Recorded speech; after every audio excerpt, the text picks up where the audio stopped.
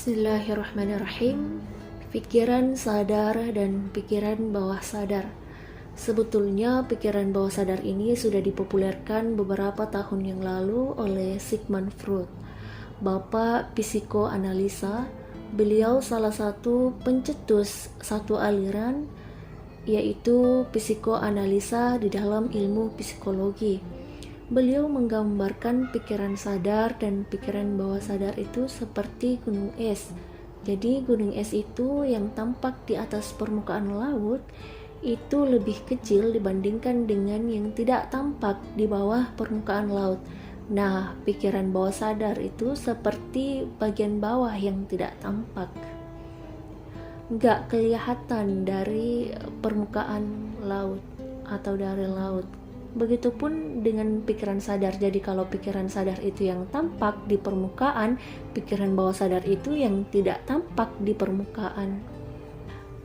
Pikiran yang pertama dinamakan dengan pikiran sadar.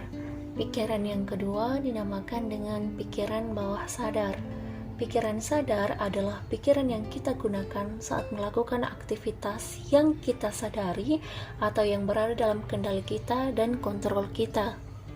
Contoh misalnya saat ini saya sedang rekaman, kemudian saya mengambil botol air karena saya rasa saya sedang haus. Saya mengambil air itu secara sadar. Oke, sip ya. Atau misalkan Anda saat ini sedang menyimak informasi dari saya, Anda menyimaknya dengan sadar. Nah, sekarang silahkan Anda tarik nafas yang dalam. Hembuskan pelan-pelan. Tarik nafas lagi lebih dalam. Hembuskan pelan-pelan. Tarik nafas lebih dalam lagi. Tahan. Keluarin dikit-dikit. Keluarin dikit-dikit. Tarik lebih dalam. Keluarkan semua. Kalau Anda mengikuti saya tadi, berarti Anda sedang bernafas menggunakan pikiran sadar. Anda mengendalikan, menyadari, mengontrol nafas Anda. Apa jadinya kalau kita hidup setiap hari harus bernafas dengan pikiran sadar, harus kita kendalikan terus? Repot, bisa-bisa kita tidak mengerjakan yang lain kecuali bernafas saja. Maka dari itu kita butuh pikiran bawah sadar. Artinya pikiran bawah sadar adalah pikiran yang mengerjakan aktivitas hidup kita, tindakan kita, perilaku kita tanpa perlu kita sadari. Jadi dia semacam tindakan refleks dari diri kita. Contohnya bernafas tadi, Anda nggak perlu mengatur nafas, bawah sadar sudah mengaturnya untuk Anda. Anda nggak usah mengatur detak jantung, bawah sadar sudah mengaturnya untuk Anda. Sudah tahu berapa pompaan yang harus dia lakukan setiap detiknya. Anda nggak mesti mengatur biokimia di dalam tubuh Anda, insulin sudah mengaturnya. Hati bisa mengaturnya, seluruh organ tubuh kita sudah diatur untuk kita. Nah, sekarang pertanyaannya seperti ini. Lebih banyak mana aktivitas yang kita jalankan setiap hari, yang kita jalankan secara sadar, atau yang kita jalankan secara bawah sadar? Mana banyak mana, aktivitas sadar atau aktivitas refleks? Tentu saja lebih banyak aktivitas yang dilakukan oleh pikiran bawah sadar. Maka Sigmund Freud mengilustrasikannya seperti bagian bawah dari gunung es yang di bawah permukaan laut. Bagian lebih besar yang mengatur hidup kita. Tapi saya ingin kasih beberapa gambaran tentang pikiran bawah sadar ini supaya kita bisa lebih memahami dengan lebih mudah. Seperti yang sudah kita ketahui bahwa aktivitas hidup kita dari mulai bangun tidur sampai tidur kembali, bahkan sedang saat tidur, itu semua dikendalikan oleh isi pikiran kita. Jadi tindakan kita itu dikendalikan oleh isi pikiran kita. Tindakan kita dalam menyikapi sesuatu itu bisa berbeda sesuai dengan informasi yang kita dapatkan tentang sesuatu tersebut. Dan karena tindakan akan mempengaruhi nasib kita, tindakan akan mempengaruhi hasil-hasil yang kita capai dalam hidup ini, maka bisa dikatakan isi pikiran kita akan menentukan nasib kita. Isi pikiran kita akan menentukan hasil yang bisa kita capai dalam hidup ini. Jadi isi pikiran kita itu menentukan tindakan kita dalam menghadapi sesuatu, dalam menyikapi sesuatu, kemudian tindakan kita akan menghasilkan sesuatu di masa kini maupun masa yang akan datang. Jadi nasib kita saat ini adalah hasil dari tindakan kita. Ada hukum alam yang mengatur dunia ini. Anda harus terima mau tidak mau, berhenti menyalahkan orang lain. Anda lihat orang lain hidupnya lebih baik dari Anda karena dia melakukan apa yang tidak Anda lakukan. Kenapa dia melakukan apa yang tidak Anda lakukan? Karena dia memikirkan hal yang tidak Anda pikirkan.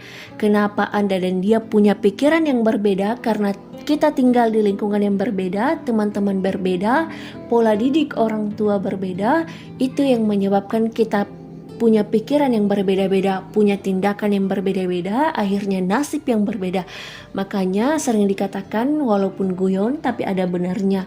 Orang kaya makin kaya, orang miskin makin miskin. Perubahan hidup terjadi, seringkali kita lihat ada orang-orang yang hidupnya biasa saja pada awalnya, tapi berubah menjadi orang kaya karena dia merubah isi pikirannya. Isi pikiran ini yang bisa kita sebut sebagai mindset. Nah, kita kembali yang tadi, pikiran bawah sadar. Nah, karena kita sudah tahu masing-masing orang beda-beda pikirannya, dan pikiran ini menyebabkan sebuah tindakan, sekarang pikiran ini kita bagi menjadi dua bagian berdasarkan cara kerjanya. Kita bagi berdasarkan cara kerjanya. Minimal ada 4 hal yang diatur oleh pikiran bawah sadar kita. Tanpa harus kita kontrol, kendalikan secara penuh, minimal ada 4. Pertama, bawah sadar kita mengatur bioritme tubuh kita. Dia mengatur kapan kita lapar, kapan kita haus, kapan kita kenyang, itu diatur bawah sadar. Kita tidak bisa mengatur itu. Mengatur nafas Anda, aliran nafas Anda, bioritme tubuh Anda, dan itu diatur secara otomatis oleh pikiran bawah sadar. Yang kedua, emosi, perasaan. Perasaan itu diatur oleh bawah sadar. Anda pernah merasakan jatuh cinta? Anda pernah merasakan rasa benci pada seseorang? Anda bisa merasakan rasa marah pada seseorang. Anda bisa merasakan perasaan sayang sama seseorang. Pasti pernah sebagai seorang manusia. Namun perasaan-perasaan itu biasanya muncul begitu saja, tanpa harus kita kendalikan, tanpa harus kita kontrol. Contoh, ketika Anda seorang laki-laki lalu melihat seorang wanita yang begitu cantiknya, rupawan sekali, pernah Anda nggak berkata bahwa, hey, rasa senang, rasa cinta muncul dong sekarang, ini cewek cantik banget. Nah, Anda pernah seperti itu? Belum pernah, karena rasa tertarik itu muncul begitu saja. Anda sedang marah, refleks marah, mungkin Anda pengen menahan diri supaya tidak marah, nggak bisa. Marah itu dikendalikan oleh bawah sadar, kita bisa nahan. Ingat, tapi kalau kemarahan itu bertubi-tubi datang, itu seperti bom waktu akan jebol, karena ada program untuk marah dalam program kita. Ada program jatuh cinta. Kita nggak jatuh cinta pada semua orang, kita hanya jatuh cinta pada tipe-tipe orang tertentu saja. Nah, tipe-tipe itu ada di dalam pikiran bawah sadar. Kapan kita harus marah, itu ada programnya di bawah sadar kita, dan masing-masing orang bisa jadi berbeda programnya. Contoh buat marah aja, ada yang orang gampang marah, kesenggol dikit aja bisa marah, ada orang susah banget marah, dihina, disakiti orang nggak marah-marah, sampai agamanya dihina baru dia marah. Nah, ini perbedaan program, yang satu cepat marah, yang satu lambat banget marahnya. Ada orang jatuh cinta, yang satu jatuh cinta sama yang rambutnya lurus, yang satu jatuh cinta sama yang rambutnya keriting, beda-beda.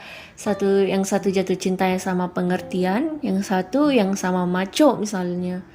Ini berbeda-beda masing-masing program, dan program ini yang mengatur emosi perasaan kita. Jadi perasaan kita diatur oleh bawah sadar. Makanya kalau sudah jatuh cinta tidak ada lagi logika, begitu kata Agnes Monica ya.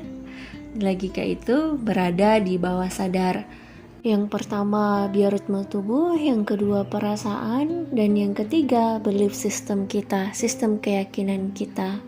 Dari mulai keyakinan agama, keyakinan yang paling inti, keyakinan yang paling dalam yang kita anut semuanya, sampai keyakinan-keyakinan kecil yang membangun hidup kita. Karena keyakinan ini nanti akan menentukan perasaan kita akan menentukan tindakan kita. Jadi unsur paling dalam sebetulnya adalah keyakinan. Kenapa ada orang marah saat disenggol dikit aja? Karena dia meyakini, memaknai bahwa senggolan itu berarti tantangan bagi dirinya. Dia merasa ditantang, dia merasa dihina, dia merasa dilecehkan. Dia yakin itu, padahal orang gak sengaja nyenggol dia. Tapi dia yakini, maknai bahwa senggolan itu sebuah penghinaan. Nah, kenapa ada orang yang santai saja dimaki-maki? Karena dia punya keyakinan makian orang itu tidak mencerminkan siapa dirinya. Makian orang hanya mencerminkan siapa diri orang yang memakinya itu. Jadi santai aja gitu. Monyet lu, dia biasa aja karena dia bukan monyet. Jadi makian itu cuma mencerminkan orang yang mau mengatakan atau memaki aja. Nah, keyakinan ini nanti menentukan emosi, menentukan sikap dan perilaku kita. Keyakinan ini berada di bawah sadar programnya. Jadi saat kita lahir, belum punya kita keyakinan putih, bersih seperti kertas. Ibu bapaknya, lingkungannya yang mulai menginstalkan sistem keyakinan di dalam pikiran anak-anaknya dalam diri kita. TV yang kita nonton, buku yang kita baca, teman-teman kita, itu saling mempengaruhi dan mengisi pikiran bawah sadar dengan keyakinan-keyakinan. Dan selanjutnya, minimal ada 4, dan yang keempat adalah kebiasaan hidup kita. Kebiasaan refleks, kebiasaan baik, kebiasaan buruk kalau bersin kita tutupi. Nah, keempat hal ini dinamakan dengan program. Dinamakan dengan program yang mengatur hidup kita secara otomatis. Artinya begini, kalau kita nggak sengaja terprogram jadi orang gagal, maka secara otomatis kita akan berpikir seperti orang gagal, ngerasa seperti orang gagal, bertindak seperti orang gagal. Ketika tidak sengaja kita diprogram menjadi orang yang sukses, maka kita tidak akan sengaja berpikir seperti orang sukses, ngerasa seperti orang sukses, bertindak seperti orang sukses.